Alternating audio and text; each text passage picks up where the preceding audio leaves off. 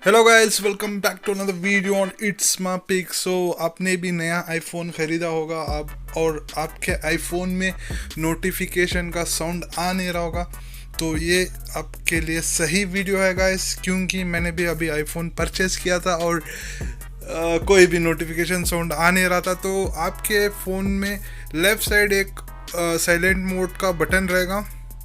मतलब अभी देखिए आपके फ़ोन में इस प्रकार रहेगा, ये ऑरेंज कलर का दिख रहा होगा।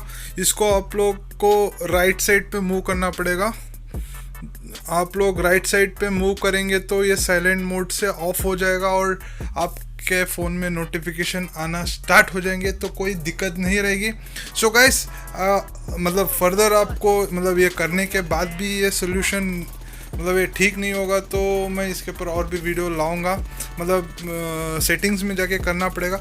मोस्टली ये करने पर आपका सोल्यूशन 100% हो जाएगा। That's it for today guys, see you in the next video, take care, bye.